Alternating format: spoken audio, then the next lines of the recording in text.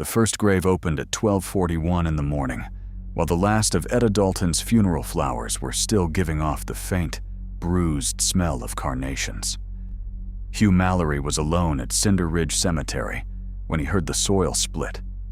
He had been fastening the chain across the lower gate, his lantern hooked over one wrist, when a sound like canvas tearing came from the upper terrace. The night was clear and cold for April, with no rain to soften the ground, and no wind strong enough to move the pepper trees. Jerome lay below him in scattered amber windows, the steep streets folded into the black side of the mountain. Beyond them, the Verde Valley was a pale emptiness under the stars. Hugh turned and saw a rectangular section of turf rising from an old grave. It did not crumble. The grass, dirt, and small white stones lifted together like a lid pushed from beneath. First one end rose, then the other, until the slab stood nearly upright. A narrow darkness opened below it. Hugh's lantern shook hard enough to strike the gatepost. The grave belonged to Selma Quaid, dead since 1946.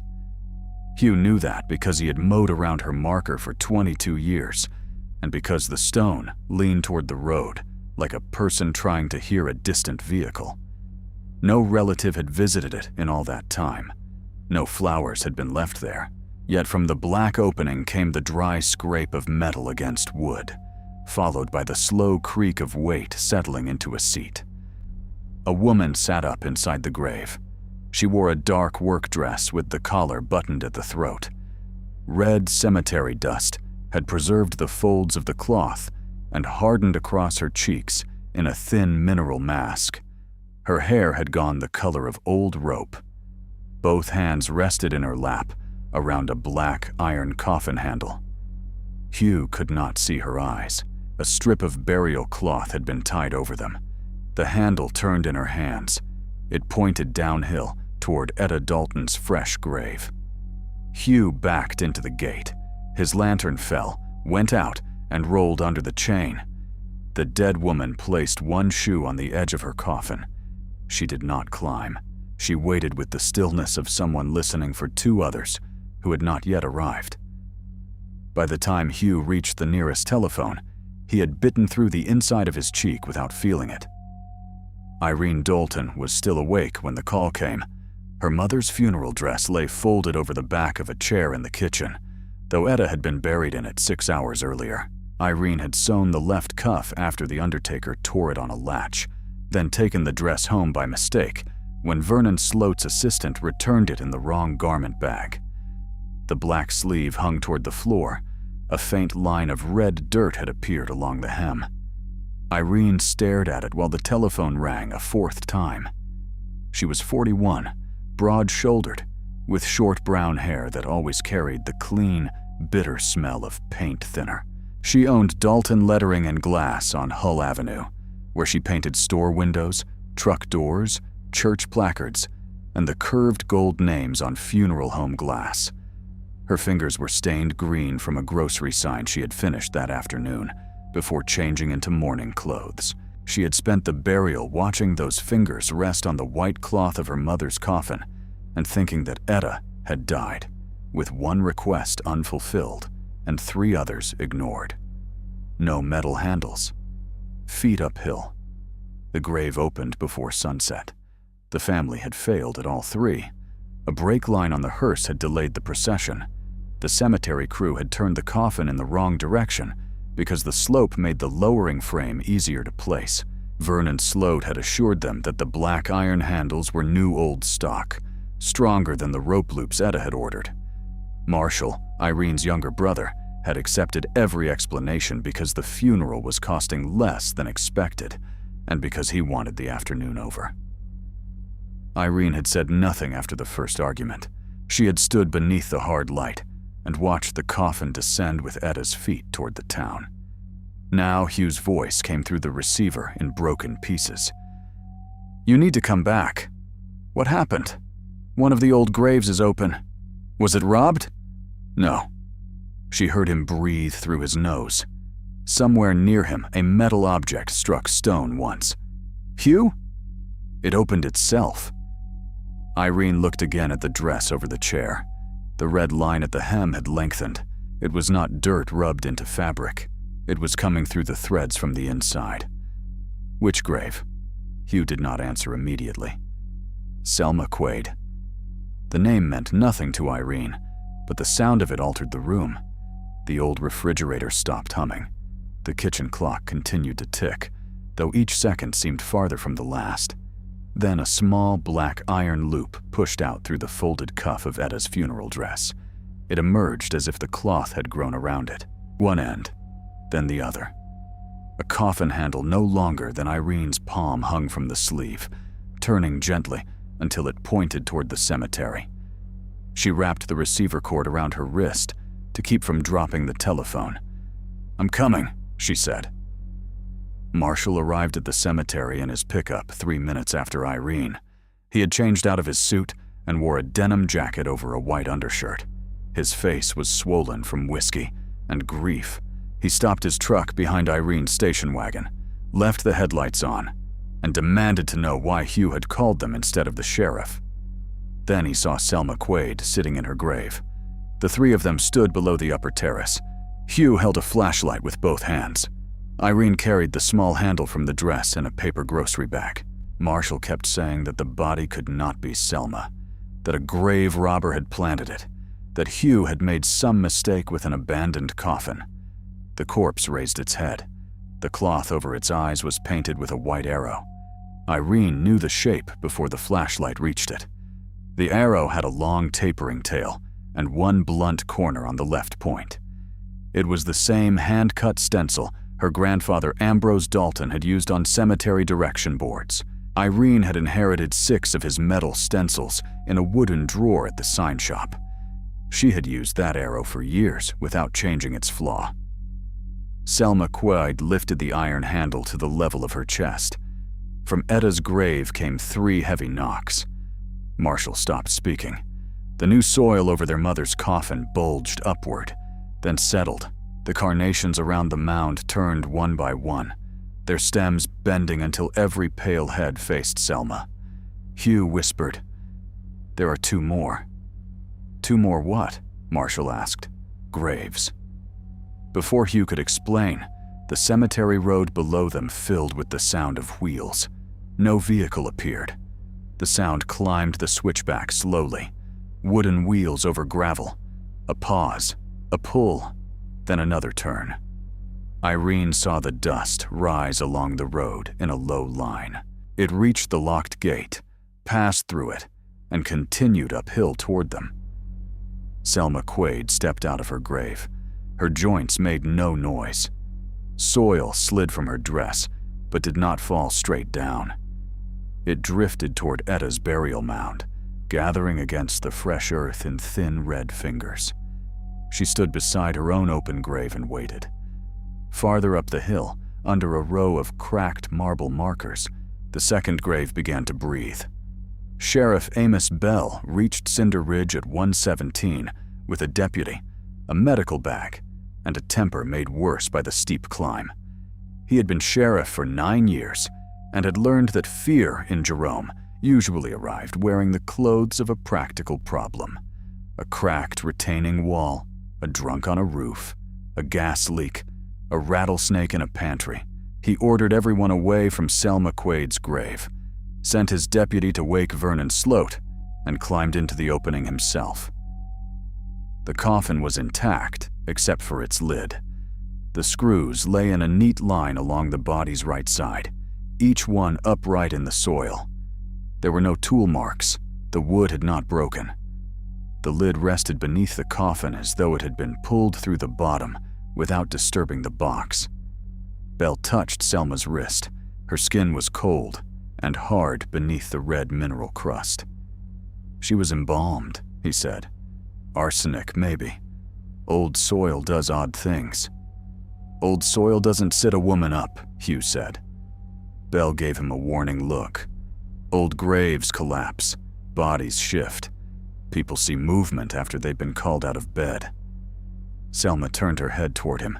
Bell's hand remained on her wrist. For the first time that night, he looked frightened. The second grave opened at 2:06.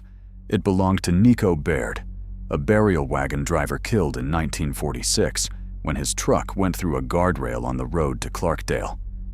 Unlike Selma's grave, his did not lift cleanly.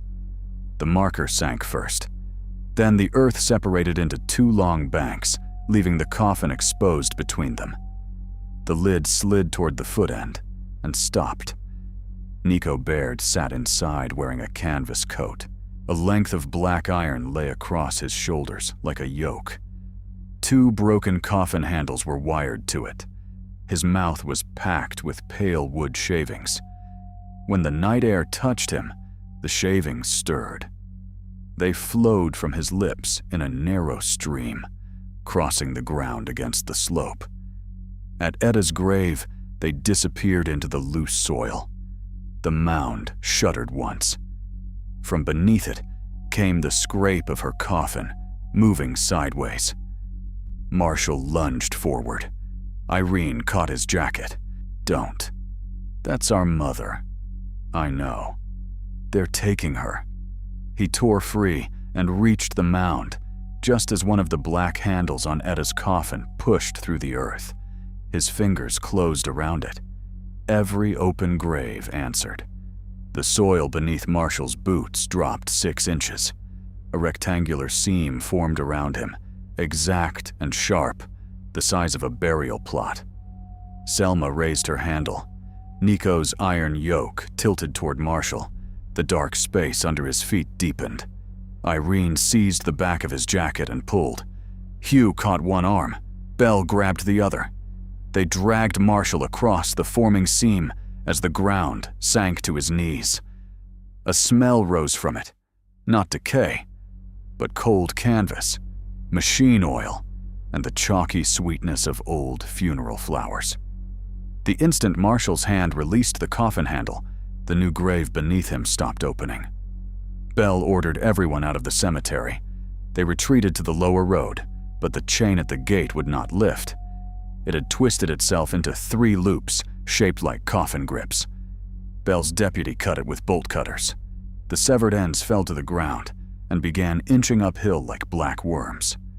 Vernon Sloat arrived in a gray Cadillac hearse, with his tie crooked and his hair uncombed.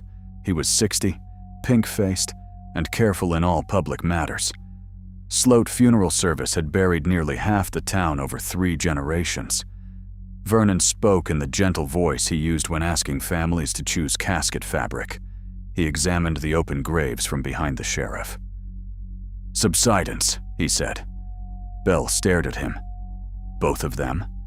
This hill is full of tunnels. The bodies got themselves out?" Vernon's gaze moved to Selma's hands. He recognized the iron handle. Irene saw it happen before he controlled his expression. "You've seen that before," she said. "No. You looked at it like you knew it. It's old funeral hardware. Anyone in my trade would know that." "Where did the handles on my mother's coffin come from?" Vernon rubbed his thumb against the side of his index finger. "Storage." "Whose storage?" "My father's. There was a crate in the back room." Etta's instructions had been written on a single card in block letters. Irene had handed it to Vernon herself. He had read the line about metal twice. "You knew she didn't want them." "Your brother approved the substitution." Marshall's face changed. Irene turned to him. "You told me the rope loops were unavailable." "They were," Marshall said. "They were in my shop. I made them." He looked down toward Jerome. "Vernon said the old handles would take $200 off." The words remained between them, uglier than they should have been. Irene understood then that grief had not made Marshall careless. Debt had. His hardware store had been failing for months. He had taken the cheaper coffin fitting and lied because he could not bear another admission of what he was losing. Vernon said, "This has nothing to do with a set of handles." From the upper terrace came a loud wooden crack. All 4 handles on Etta's coffin had risen through the soil. They rotated together, pointing toward a narrow retaining wall at the eastern edge of the cemetery. The wall had no gate. It had not had one in Irene's lifetime. Yet a white arrow appeared across the stones, each letter-high brushstroke brightening as if wet paint were being drawn from within the rock. Irene walked closer despite Belle's order. The arrow matched her grandfather's stencil. Beneath it, words surfaced in reverse, readable only when she looked at them through the windshield of the hearse. Homeward cars. East descent before daylight. Vernon whispered, "Paint over it." Irene turned. Why? His face had lost its color. Because that road was closed for a reason. Irene opened the grocery bag and took out the iron loop that had emerged from Etta's dress. Vernon recoiled. On its underside, beneath a scale of rust, someone had painted a small white number. 3. Irene carried it to the hearse and held it against one of the handles protruding from her mother's grave. The paint on both pieces matched. Not just white, but the yellowed, dense enamel her grandfather had mixed with lead and lamp black to keep cemetery signs legible in desert sun. She had spent her life learning how old paint failed. This paint hadn't failed. It had waited. "What are 1 and 2? She asked Vernon. He said nothing. Nico Baird stood up in his grave. The wood shavings stopped flowing from his mouth. He stepped onto the ground beside Selma, the iron yoke balanced across his shoulders. The two corpses turned toward the eastern retaining wall. A third grave lay between them and the wall, marked by a low granite stone almost hidden under bursage. Hector Sion, 1902-1946. Hugh looked at his pocket watch. "Not yet," he said. The minute hand stood at 2:46. The ground over Hector's sign remained closed, but something beneath it struck the coffin lid in a slow pattern. 3 blows, a pause. Then 11. Irene drove to her sign shop at 3 in the morning with Marshall beside her and the small iron handle wrapped in Etta's funeral dress on the floor between them. Sheriff Bell allowed it only because Vernon Sloat had refused to explain the painted number and because the third grave was still closed. He left Hugh, the deputy, and Vernon at the cemetery, with strict orders not to touch any body or hardware. Dalton lettering and glass occupied a narrow storefront whose rear wall leaned into the mountain. Irene unlocked the door and switched on 2 fluorescent tubes. Their light found familiar things. Sable brushes standing in coffee cans, sheets of gold leaf, jars of enamel, a half-finished tavern window, and the wooden cabinet that had belonged to Ambrose Dalton. Her grandfather's stencils were in the bottom drawer beneath old invoices. She laid the arrow stencil over the white mark on the burial cloth. The blunt left corner fit exactly. Marshall stood at the work table rubbing his hand, where the grave had tried to form around him. "I remember a board," he said. "When we were kids." "What board?" "In the crawlspace behind the shop. Mother made me promise not to touch it." Irene found the panel behind a stack of plywood. It was 6 feet long, painted brown on both sides, with newer lettering for a plumbing company across the front. The wood was heavier than it looked. When she set it on the table, a dry red line appeared along its edge. She chose a mild solvent and worked in a corner. Brown paint softened. Beneath it lay cream enamel, then green, then black. She changed rags and continued until the older message emerged, 1 handspan at a time. Jerome Mutual Homeward Service. Below the words were 11 rectangles shaped like freight tags. Each had a destination: Bisbee, El Paso, Butte, Pueblo, Sonora, Flagstaff, Albuquerque, Wichita, Santa Fe, Gallup, and Los Angeles. Thin white arrows ran between the rectangles and 3 numbered circles. 1, 2, 3. At the bottom, nearly erased, was a line in Ambrose Dalton's hand. 3 bearers, keep the road until all are sent. Marshall read it twice. "Our family painted funeral signs," he said. "That's all." "No," Irene said. "Mother knew this board was here." She stripped more paint from the lower right corner. A second hand had scratched words into the wood with a nail, cutting through every layer. They kept moving us so the families would not know. The final word was followed by 3 initials: SQ, NB, HS, Selma Quaid. Nico Baird, Hector Sign. Marshall moved toward the telephone. "Who are you calling?" "Vernon." He already knows. "Then I'm calling Mabel Rourke." Mabel had been the freight clerk at the Jerome depot from 1943 until the rail office closed. She was 90 and lived with a niece in a small house above Main Street. Irene had painted her mailbox 6 years earlier. Mabel answered on the 7th ring and became completely awake when Marshall mentioned the homeward service.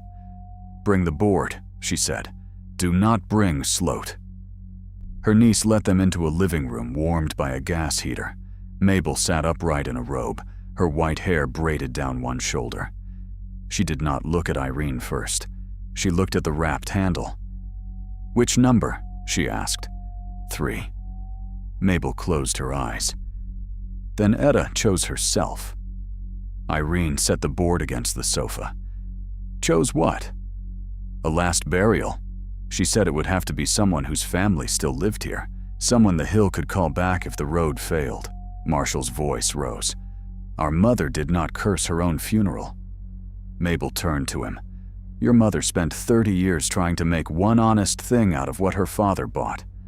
She told him about the 11 dead.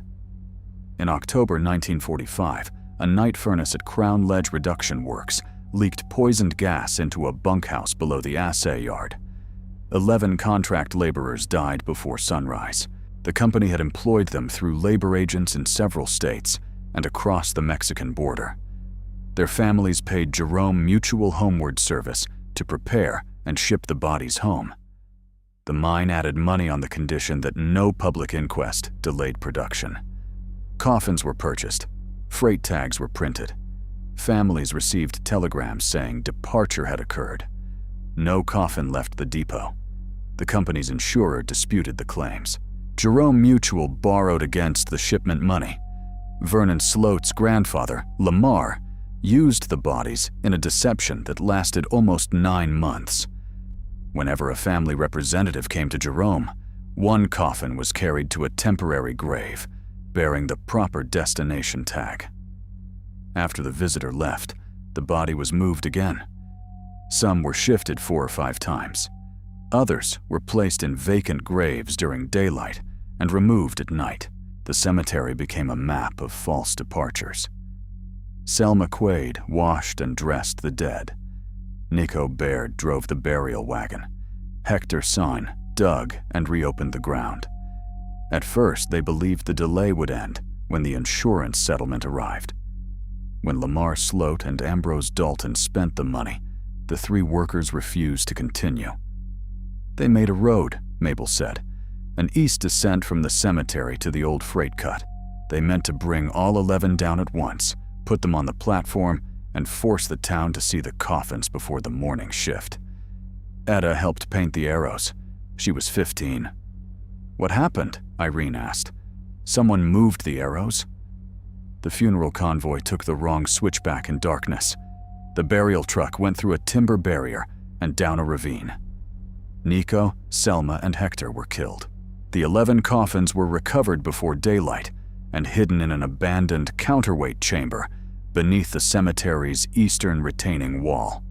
Lamar Sloat called the crash an accident. Ambrose Dalton painted over the homeward signs. The 3 dead workers were buried at points 1, 2, and 3 along the false route. Their funeral hardware was removed and stored because the town's old priest believed anything they carried into the grave would become part of the road they had failed to finish. "Did he bless the graves?" Irene asked. He refused. "Then why were they buried there?" "Because Ambrose said unblessed ground would keep them from walking." Mabel's mouth tightened around the memory. "It kept them from leaving. That is not the same thing." Etta had witnessed the changing of the arrows. She also knew who had done it. For years, she claimed it was Lamar Sloat. In 1968, after Ambrose died, she told Mabel the truth. Ambrose had ordered Etta herself to repaint the east arrow toward the ravine. He told his daughter that police would jail Selma, Nico, and Hector for grave theft if the coffins reached town. Etta obeyed. She heard the truck leave the cemetery. She heard the crash. She never told the families. Irene felt the room narrow around her. My mother was a child. She was, Mabel said. Then she became an adult. She kept the board. She kept the freight claims. She kept quiet while the Sloats and Daltons divided the homeward money. Marshall stared at the floor. Their grandfather's money had purchased the sign shop. It had paid for Etta's house. It had kept the family comfortable through years when Jerome emptied and storefronts closed. Why now? Irene asked. Because Etta made them a promise at the graves in 1946. She said she would be the last body moved.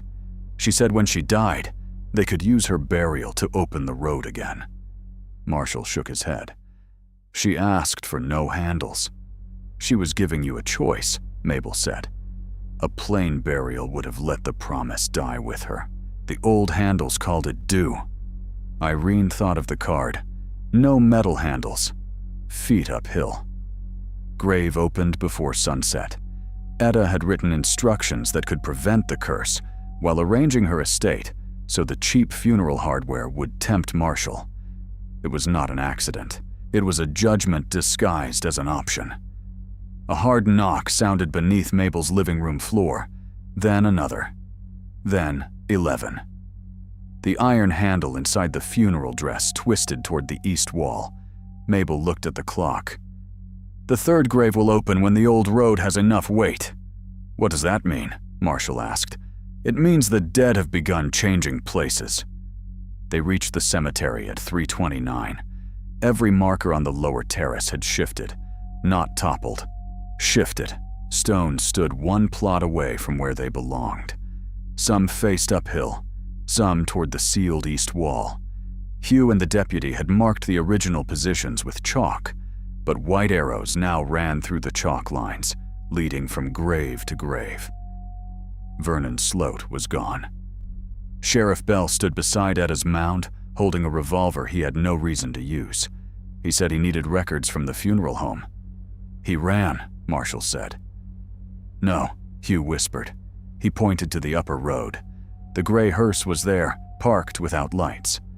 Vernon sat behind the wheel. His hands were fixed at 10 and 2. His eyes were open. Behind him, in the rear compartment, lay a coffin that had not been there before.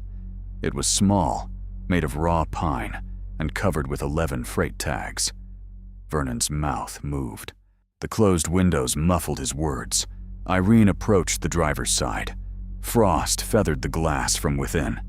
She wiped a circle clear. Vernon was saying, "I don't know where to take them." In the back of the hearse, the small coffin knocked once. All across Cinder Ridge, buried bodies answered by turning in their boxes. They pulled Vernon from the hearse at 3:44.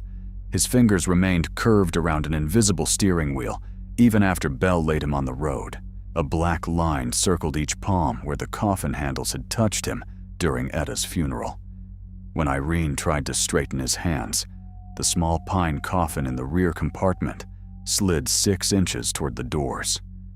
"Leave him," Mabel said. She had followed in her niece's car and now stood at the gate wrapped in a wool coat. "The road has assigned him a vehicle," Bell snapped. "You knew this could happen?" "I knew what happened before. That is not the same as knowing what the dead will do with it." Father Quentin Lusk arrived from the parish house carrying a leather case of oils and a flashlight.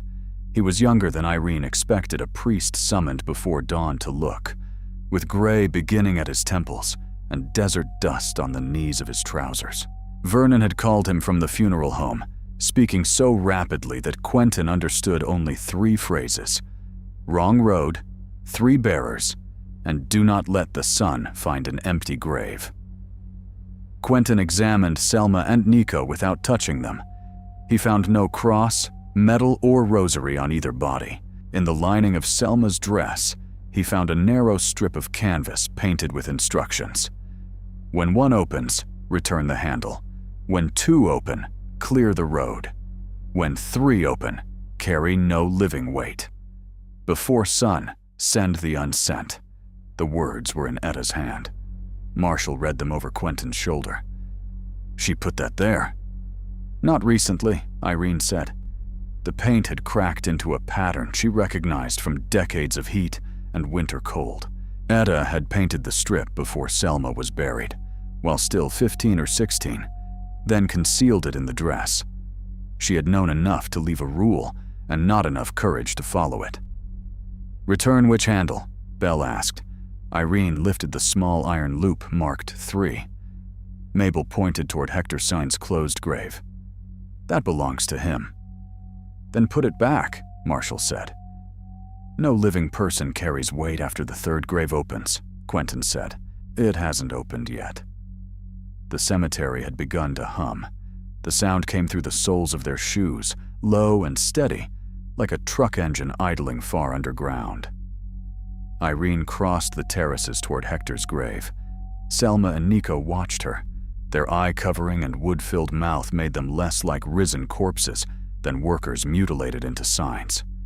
At Hector's marker, the soil was warm. Irene knelt and pressed the handle into the earth above the coffin's right shoulder. It sank without resistance. For a moment, nothing happened.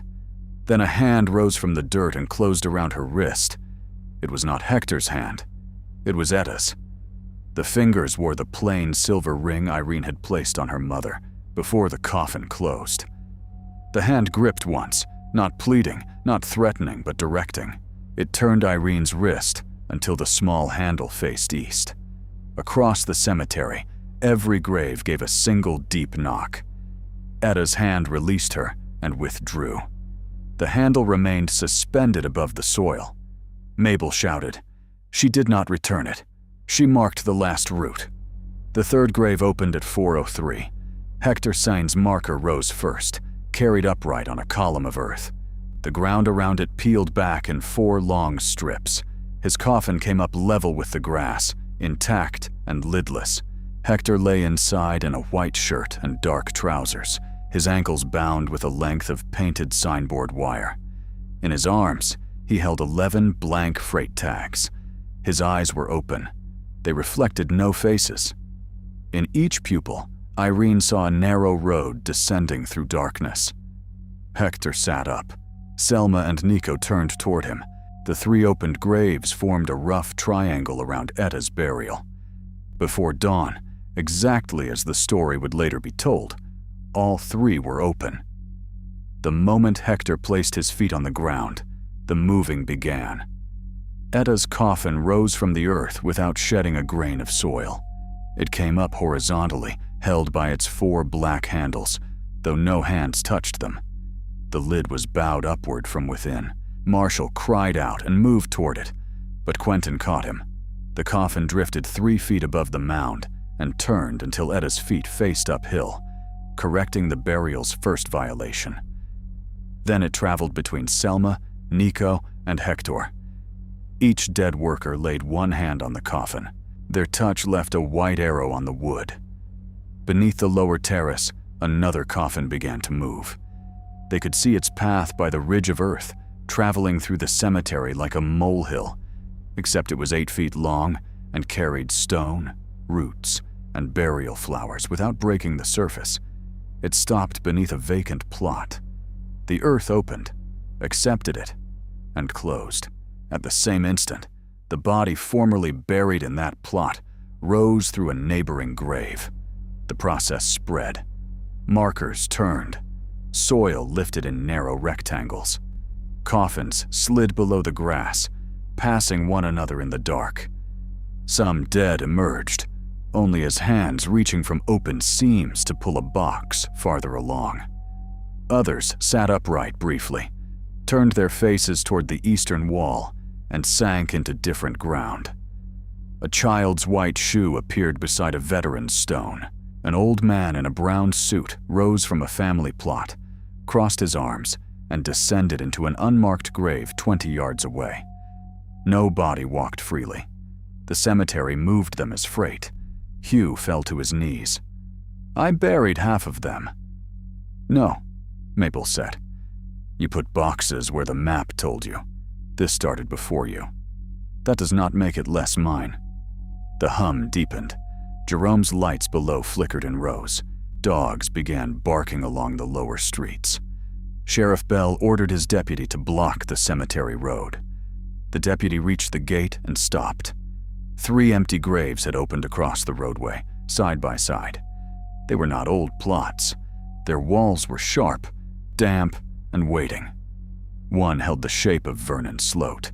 One held the shape of Marshall Dalton. The third was the exact length and width of Irene.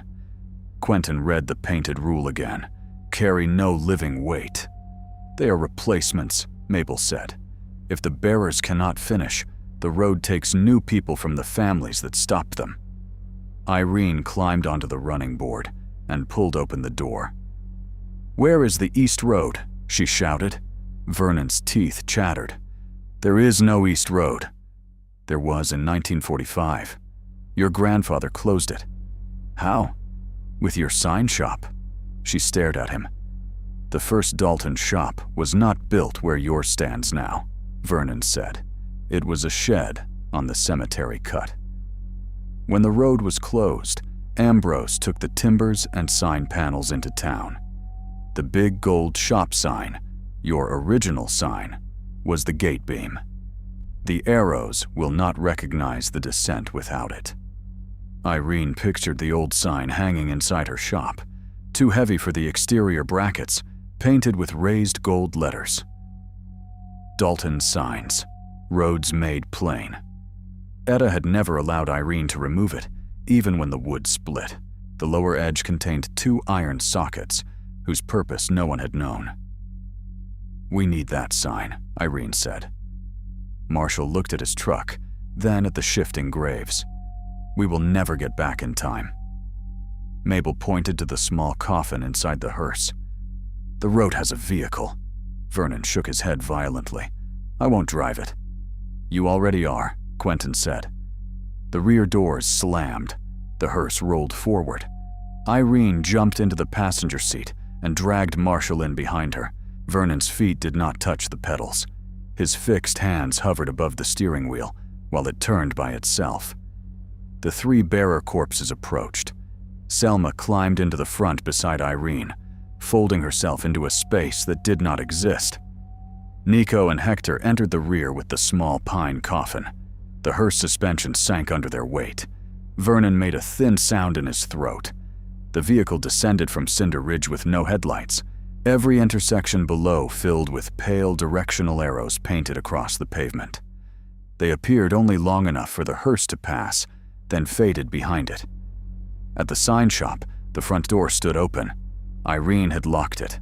Inside, the original gold sign had fallen from the wall. It lay face down across the floor. 11 coffin-shaped impressions surrounded it in the dust. Marshall and Irene lifted one end each. The sign was oak, 12 feet long, and far heavier than either remembered. Vernon remained in the hearse, trapped by the marks on his hands. Selma stood in the doorway. Nico and Hector waited behind her, with the small coffin between them. "Help us," Marshall said to the dead. They did not move. The sign belonged to the living who had inherited its benefit.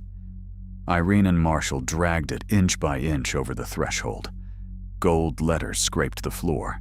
Beneath the final word, plain, another sentence had been painted on the reverse. "A road is not closed while its dead remain upon it." Outside, the eastern sky had begun to pale. The east retaining wall had opened while they were gone. The stones remained in place, but a vertical seam ran through them from top to bottom. Cold air poured from the crack. It smelled of pine boards, freight dust, and the chemical sweetness of bodies prepared for long travel. Irene and Marshall lowered the original sign from the hearse. The iron sockets on its underside aligned with 2 rusted posts emerging from the ground before the wall. When they set the sign across them, the gold letters faced the cemetery, and the hidden message faced east. The seam widened. Beyond it was a road that could not have fit inside the mountain. It descended beneath the cemetery in a series of timbered switchbacks. White arrows covered the walls. Some pointed down. Others had been painted over and redirected toward black openings in the rock. Along the first turn stood burial wagons, empty except for straps that lifted and fell as if remembering shoulders. Far below, an amber light marked the old freight platform. Quentin opened his leather case. Mabel stopped him. Not yet. They need burial prayers. They were given prayers every time they were moved. Words were never the missing part. Hector's sign raised one of the blank freight tags. A destination appeared across it in dark red paint. Wichita. Another tag read, El Paso. A third read Sonora. One by one, all 11 filled.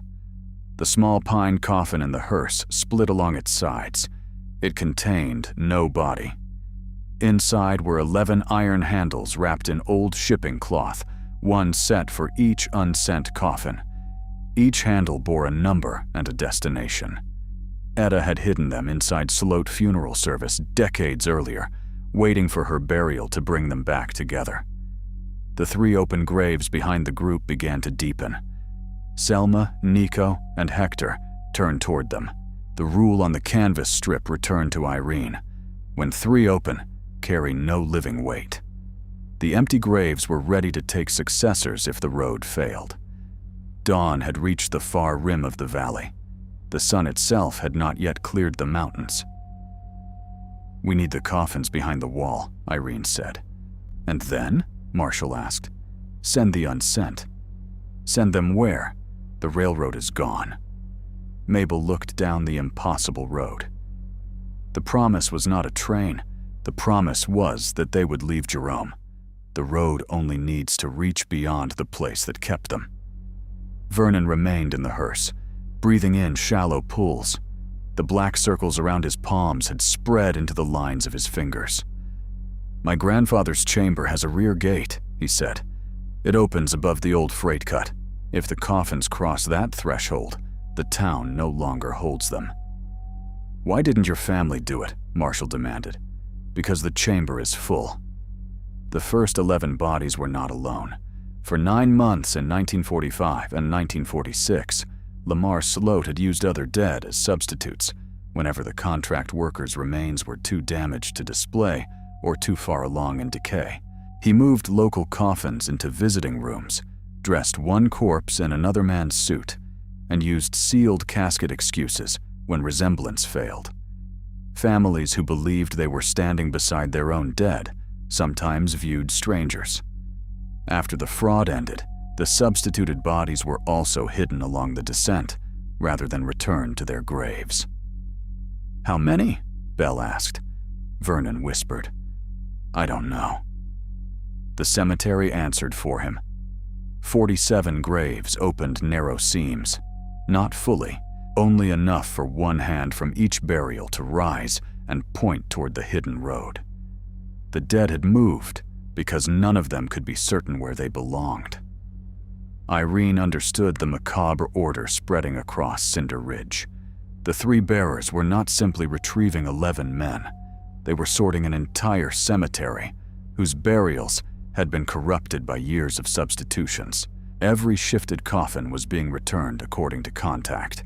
Cloth, bone, hardware, fragments of soil, anything the dead remembered from their first descent. The process would continue into the town if the chamber remained sealed. Hugh Mallory took a shovel. "No living weight," Quentin warned. "I am not carrying a living person." He stepped through the seam in the wall. Belle followed. Then Quentin, Marshall, Irene, Mabel, and finally Vernon, whose hands released from their fixed position only when Selma placed the number 3 handle between them. The sheriff's deputy stayed at the gate to keep townspeople from entering. The 3 bearer corpses came last. The hidden road accepted them. At the lowest turn stood an iron door. Painted across it were 11 destinations crossed out by one word: held. Vernon's number 3 handle fit the lock. He could not turn it.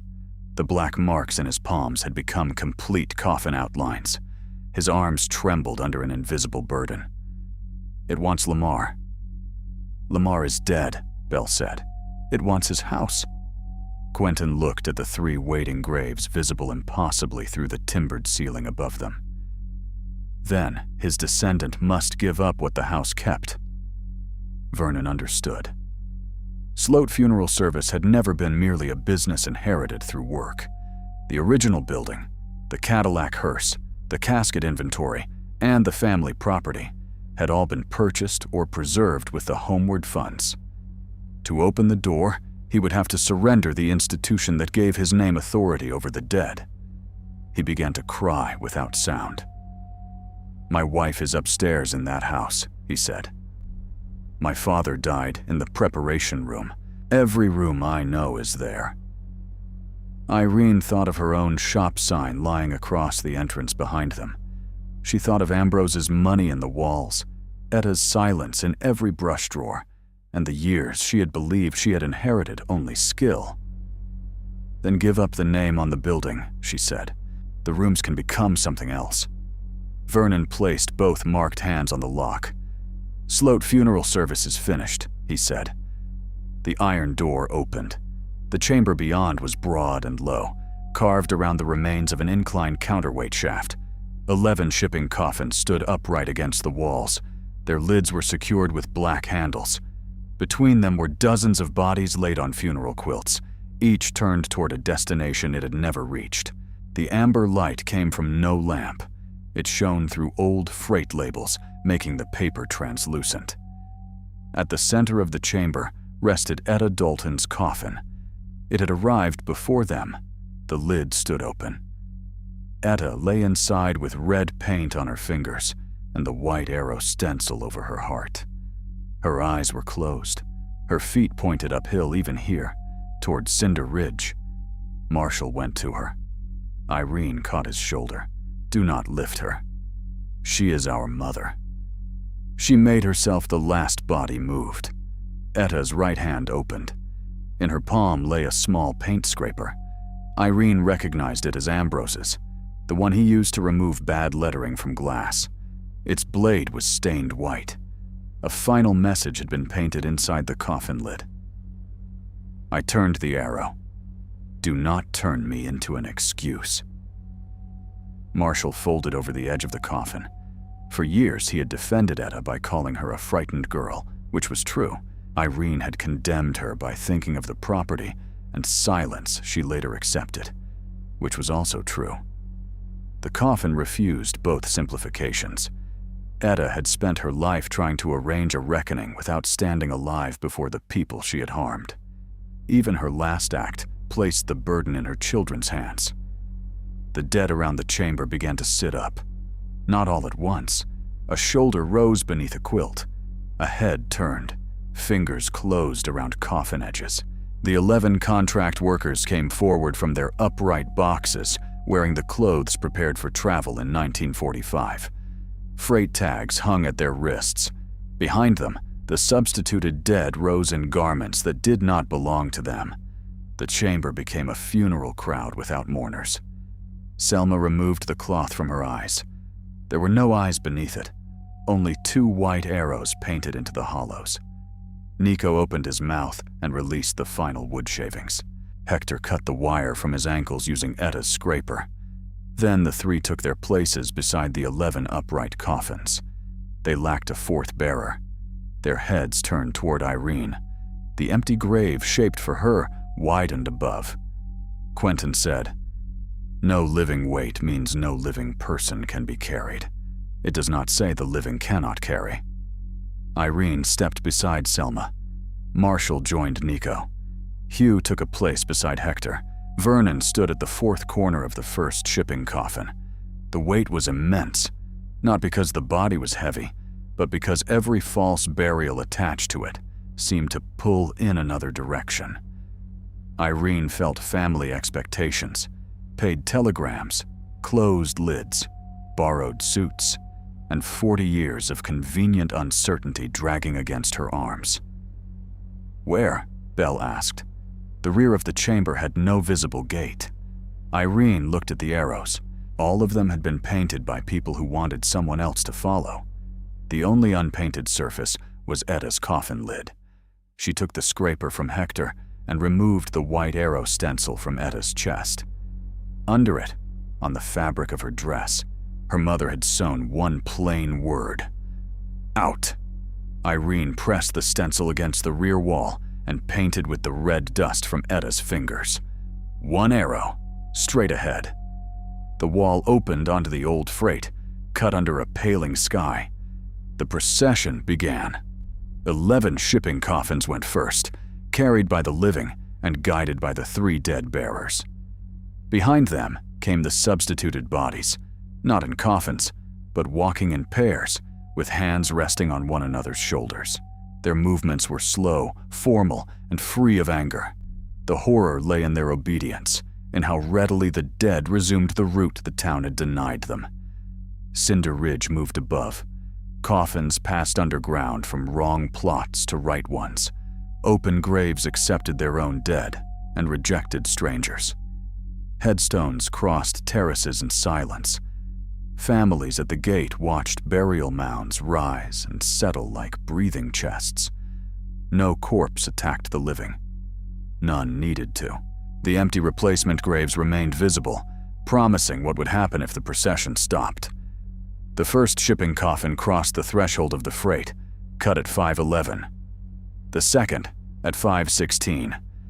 By the 7th, light had reached the upper windows of Jerome. The sun had not cleared the ridge. Irene's arms had gone numb. Marshall's shoulder bled where the coffin edge rubbed through his jacket. Vernon recited the destinations, not as names of ownership, but as directions released from his care. The 8th coffin resisted at the threshold. Its black handles turned inward, trying to pull Vernon with it. Selma placed her palm over his mark. The coffin outline vanished from his skin and appeared across the door of the gray hearse parked above. Somewhere in town, the glass sign reading, "Sloat Funeral Service," cracked from corner to corner. The coffin crossed. The 9th and 10th followed. The 11th contained a man whose tag read, "Los Angeles." As they lifted it, Etta's coffin moved behind them. It floated from the chamber and joined the procession. Marshall stopped. "She cannot go with them." "She asked to be last," Irene said. "She belongs with us." Etta's corpse opened its eyes. They were clouded, but aware. Her painted fingers gripped the coffin edge. She did not speak. She looked at Marshall, then Irene, and turned her face toward the 3 replacement graves above. If they kept her in Jerome without completing the route, one of those graves would take a living Dalton. If they sent her with the unsent, she would leave the family plot and the town where her silence had purchased a home. Irene touched her mother's cold forehead. "You were afraid," she said.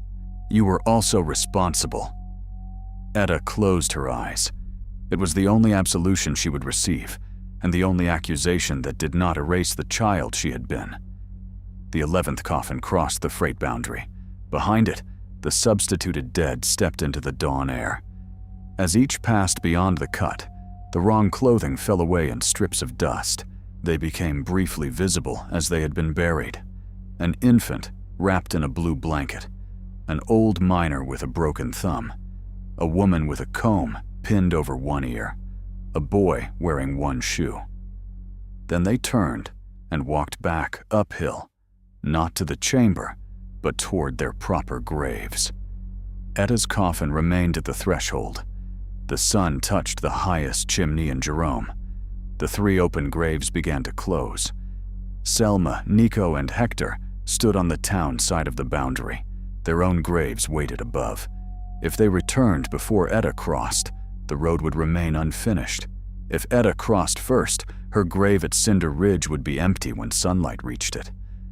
The final rule became clear too late. Do not let the sun find an empty grave. Irene looked back along the cut. Etta's original grave was visible through the opened road, a dark rectangle among the moving earth. "We have to fill it," Marshall said. "With whom?" Hugh asked.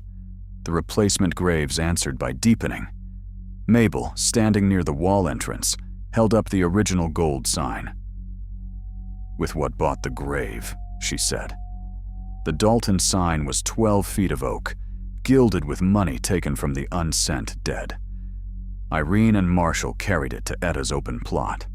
Townspeople cleared the path. They lowered the sign into the grave, face down, the gold letters against the soil. On its reverse, the hidden message faced the sky. "A road is not closed while its dead remain upon it." Irene took Ambrose's arrow stencils from her work satchel and placed them beside the sign. Marshall added the deed to the sign shop, which he had found in Etta's funeral papers. Vernon placed the Sloat Funeral Home keys on the wood. Bell added the old cemetery closure order Mabel had kept. Quentin laid no cross upon it. "This is not a burial," he said. "It is a surrender." They covered the grave by hand. As the first sunlight reached Cinder Ridge, Etta's coffin crossed the boundary. The earth over the gold sign settled. The 3 replacement graves closed empty.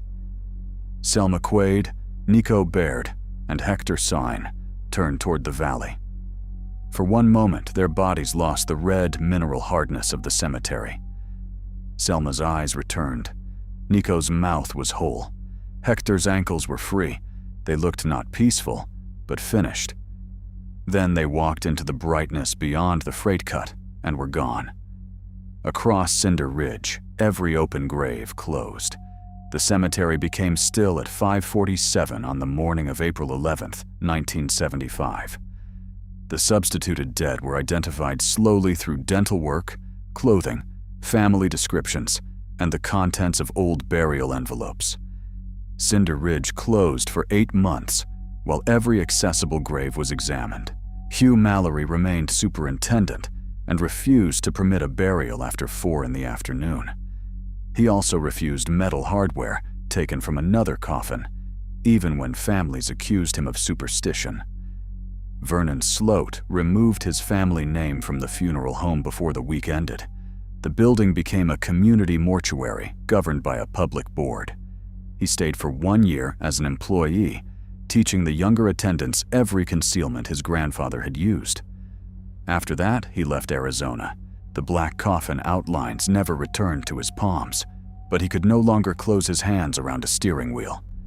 Marshall sold the hardware store and used his share to help search for descendants of the 11 contract workers.